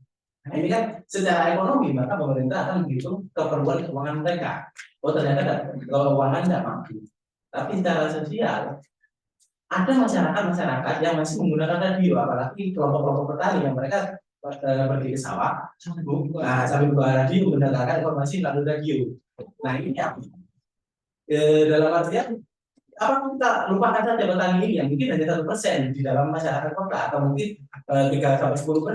Apakah kita harus lewatkan atau harus pemerintah harus mengorbankan uang untuk ini ya, sedangkan pemerintah bisa menggunakan uang sebanyak ini untuk aturan lainnya yang mungkin untuk pengembangan lainnya. Nah ini sebenarnya ketika penyusunan ini makanya kita kalau saya bisa menyebutkan penyusunan peraturan daerah paling tidak itu bisa mengatur seminimal mungkin 50% dari masyarakat. Dalam artian 51 lah atau 51% masyarakat itu terpenuhi dan yang sebisa mungkin peraturan itu tidak terlalu banyak merugikan orang lain karena kita tidak mungkin bisa memuaskan semua masyarakat. Nah itu poinnya di situ.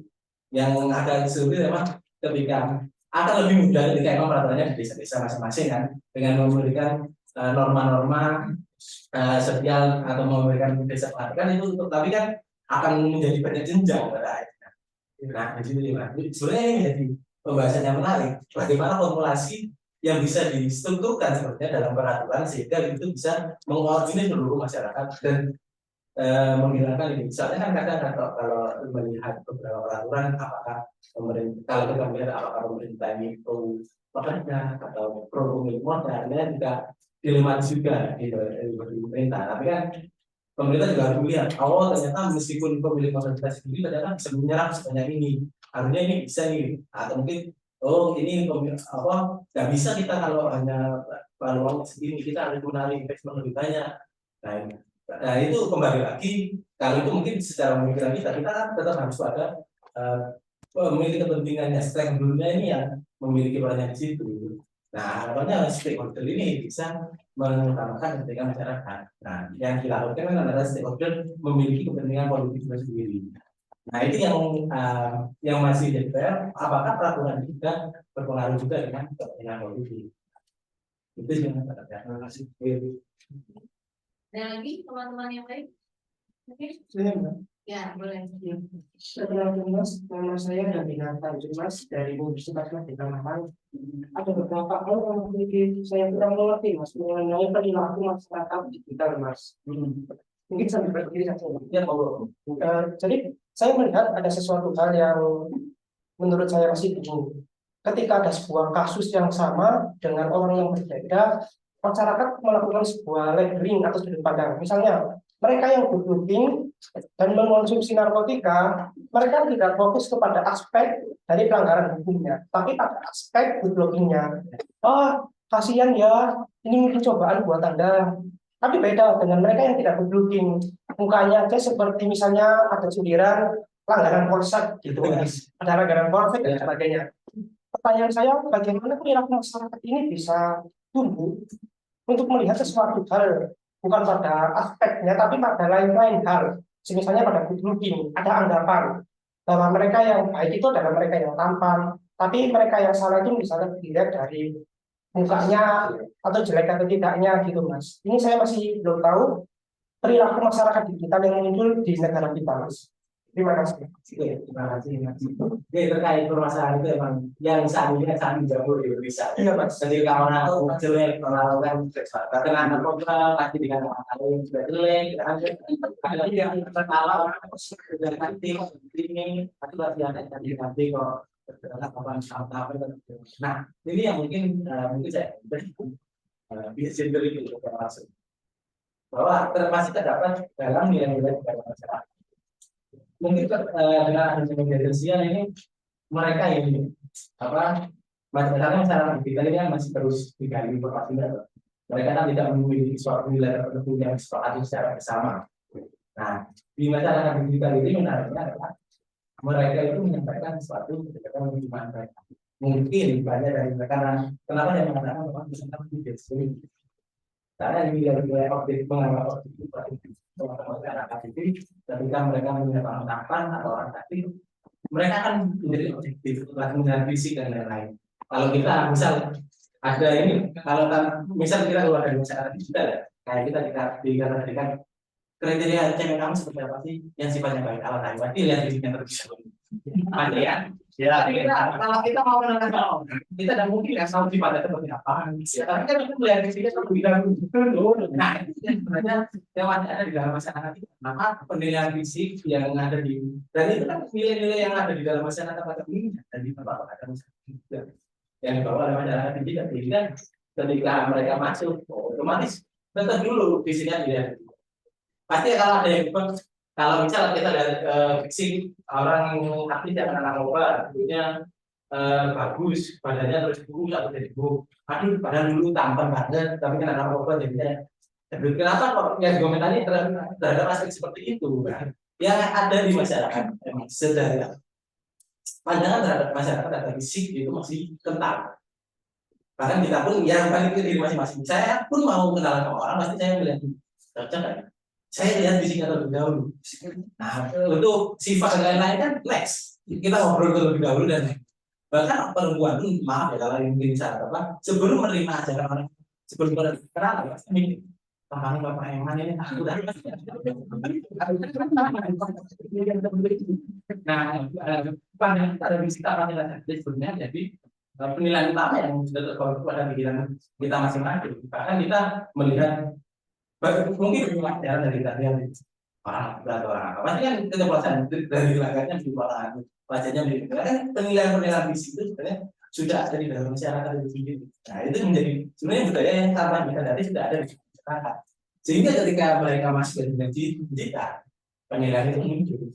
Nah, pasti mereka ya usia nilai masih kata-kata kalau di dalam pengumpulan misalnya apa ini mana kan begitu dan di budaya masyarakat pun kalau ada lah cara bercanda mereka kan juga seperti itu. Nah itu yang nilai-nilai itu kan kalau yang ada di masyarakat kita sebenarnya nilai itu berasal dari nilai yang memiliki ilmu nyata terus dibawa ke ini atau bisa saja nilai itu diubah disesuaikan dengan arus atau mungkin nilai itu yang mesti diamini dan dibawa seperti itu mungkin itu. Oh iya, terima kasih. Lagi, rekan-rekan sekalian, sudah cukup? Cukup?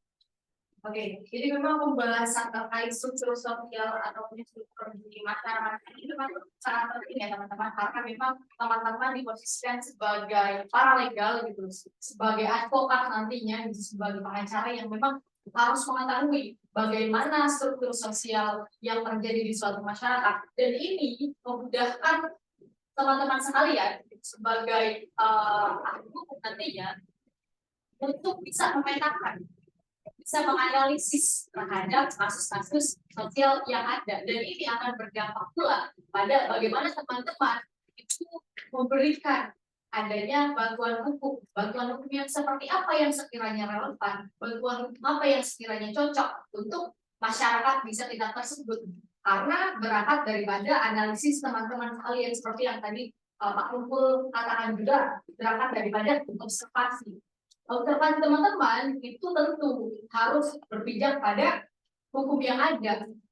Bagaimana memang masalah tersebut terjadi di suatu masyarakat dan ini beranjak pula bagaimana nanti teman-teman bisa memutuskan suatu putusan apakah memang bisa dijadikan ataupun dibawa ke ranah litigasi atau ke ranah non litigasi gitu.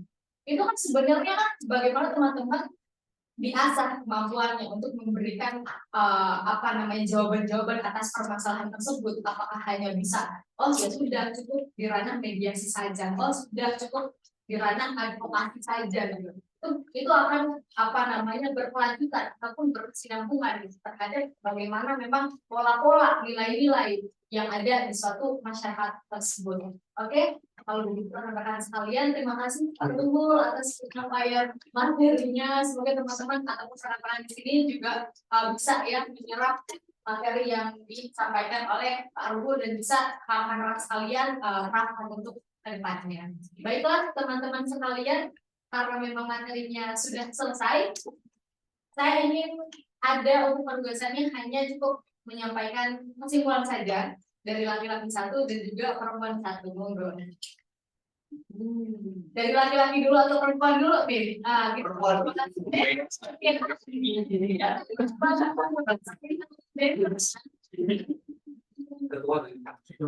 Ketua mewakili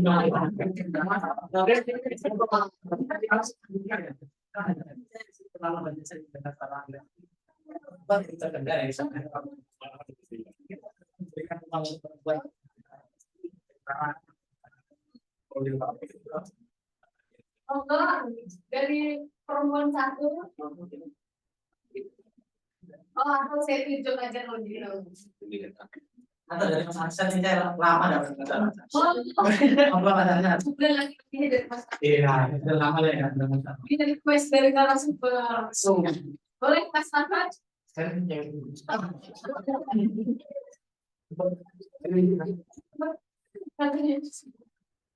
Oke, makanya mungkin di luar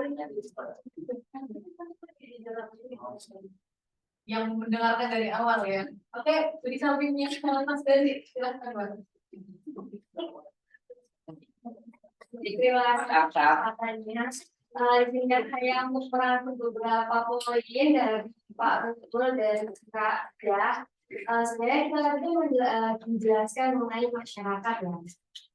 Masyarakat itu dalam bahasa Inggris, bahasa society dan bahasa Latin itu society. Nah, ada beberapa macam dari masyarakat itu, ada masyarakat desa dengan cirinya yang berat, yang sebagian pekerjaannya sebagai petani, berciri homogen dan berkelompok. Dan masyarakat kota yang cenderung memiliki keberadaan strata ekonomi yang nyata dan bercorak pada lingkungan dan bisnis. Nah, solidaritas masyarakat itu juga terbagi menjadi dua, yaitu solidaritas mekanik dan organik. Nah, adapun masyarakat digital adalah masyarakat yang sudah memulai memanfaatkan teknologi dan berpengaruh pada perilaku sosialnya.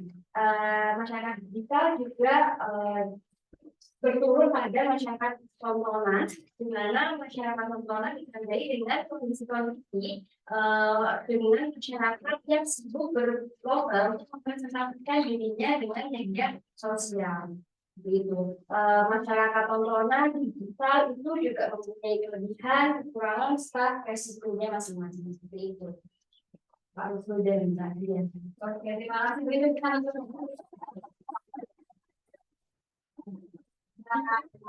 Apa boleh pasarkan gilirannya. Betul. Tapi yang kita ambil dari poin ini itu masyarakat digital dan tontonan yang akan informasi. Terus kalau mereka aku pengen privasi tapi dia menyebarkan semuanya di media sosial. Saya suka sama di tadi UB Korup dan UB Korup privasi. Itu banyak mungkin kalau sekarang dicari IG-nya sekarang hilang karena kita mau dan rata-rata pengguna yang itu yang HIV tapi hedon itu di cewek. Nah, jadi di sini bisa disimpulkan ini orang ini sebenarnya HIV tapi hedon ini ada dua kemungkinan entah dia malu dengan kemiskinan dia atau enggak dia memang orang kaya yang seolah miskin itu. Dan saya jadi bingung nih ngomong apa ya. Itu sih saya bingung juga kok. Ini juga tapi nangkap ya.